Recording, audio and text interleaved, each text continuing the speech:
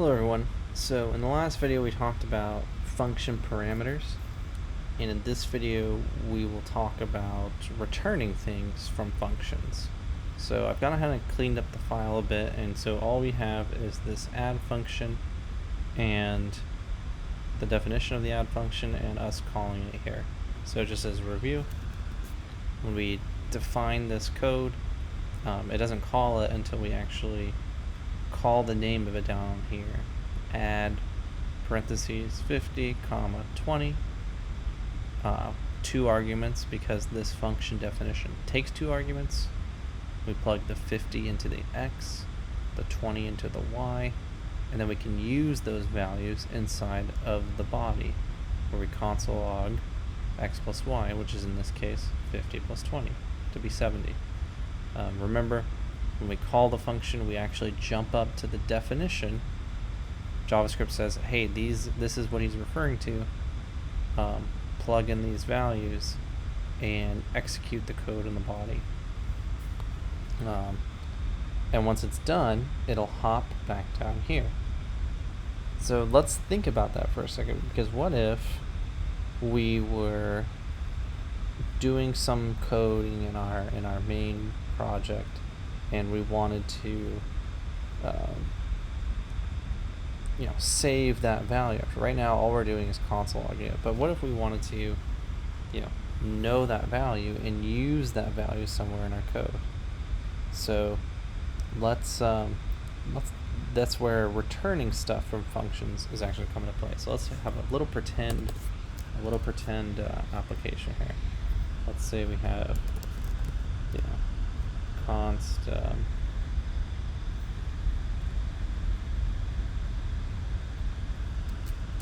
price of first item. So this would be a very simplistic application. We're going to do something that you might not have seen before, but it's very easy. We're going to do a prompt, and we are going to ask the user, what is the price of your first item? Prompts come back as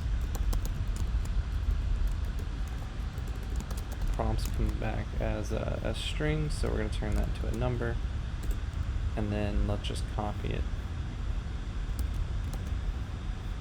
Let's put second item. And so all this is going to do is it's going to ask the user for the price of their first item and the price of their second item and save it into some variables.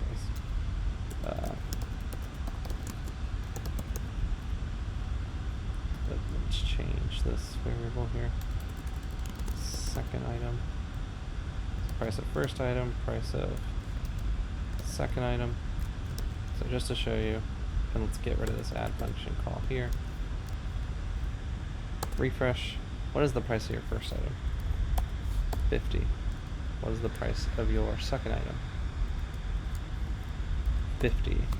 And it's just going to log both of those things. So if I refresh, what's the price of your first item? $11. 24. So 11 and 24. And then let's say in our simplistic application that we wanted to use our add function to total these items, get the sum of those items, and then print it in a message. So right now it's just console logging those things, and we can show that it works if we do add price of first item, price of second item. So this will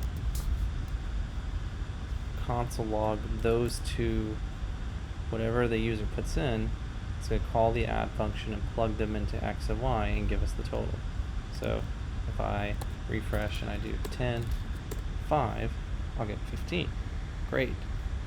But what if I wanted to, console log a nice message to the user? Console log the total of your 2 items comes to, plus what? Like, how do I get that value? Well, maybe you might say that I could just call that function here, right? Maybe I just call that function here, and this will tack it onto the end of my my call. So if we try to run this, let's do 60 and 10 to get 70. The total of your two items comes to $undefined. And notice we're console logging 70 here. So again, I'll repeat myself. What happens when you call a function is that it says, hey, what's the name of this function? Add, let's go find you. Okay, this person called the add function, and they're plugging in these values into it. Alright, so these variables have these values that they got. Let's plug in 60 and 10. So console log 60 plus 10, and it's just a console log, and it jumps back here. But what is the value of this function call? Well, it's nothing. It only will get a value if we tell it will get a value. And the way we can tell that it'll get a value, is with the return keyword.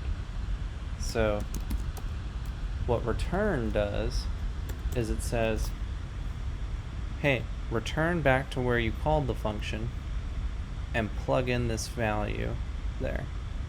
So now this is where we called the function. When the code is done, it's going to return x plus y. And when we run this, let's do 50 and 40 for 90, we get what we expect. And so this might look a little messy in the context of a concatenation. So let's do this instead. Const sum equals add these two things. And so then we'll just plug the sum variable in. So what will happen is when we refresh 20, 25 for 45, here in the code, const sum is declared, and it's assigned the value of this function call. So the code says, oh, she's calling the add function and plugging in the value, these variables here, which are just whatever these user put in. And so I'll go up here. This is the add function. Let's plug in those values. Return those values. Okay, so I need to go back to where I was and return whatever to the right of the return keyword. So I'll take the values he plugged into this function and return them added together. So that gets assigned to sum. So 20 and 25, I believe it was. And sum now has the value of 45, which we plug into the concatenation. So a few things about the return keyword. If you forget it, JavaScript's not smart enough with a regular function declaration to just plug that in. So if we do 5 and 2, that function doesn't return anything, so this function call becomes undefined because nothing gets returned from it. Second thing about return is as soon as you use the return keyword, you leave the function. So if you have a bunch of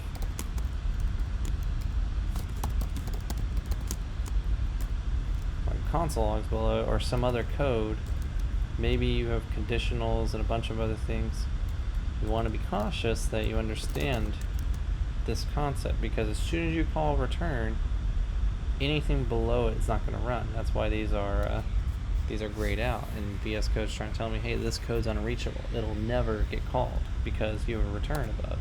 So 4 and 1, those console logs didn't fire. Instead, we have this. So keep that in mind. You can also use that as a strategy. Maybe after you reach a certain conditional, you don't need any more code to run. So you can use return to break out of the function immediately. So this idea of returning is a little challenging to beginners, but once you get the hang of it, you just realize that if you want to save the value of a function call, you just need to return it. for watching.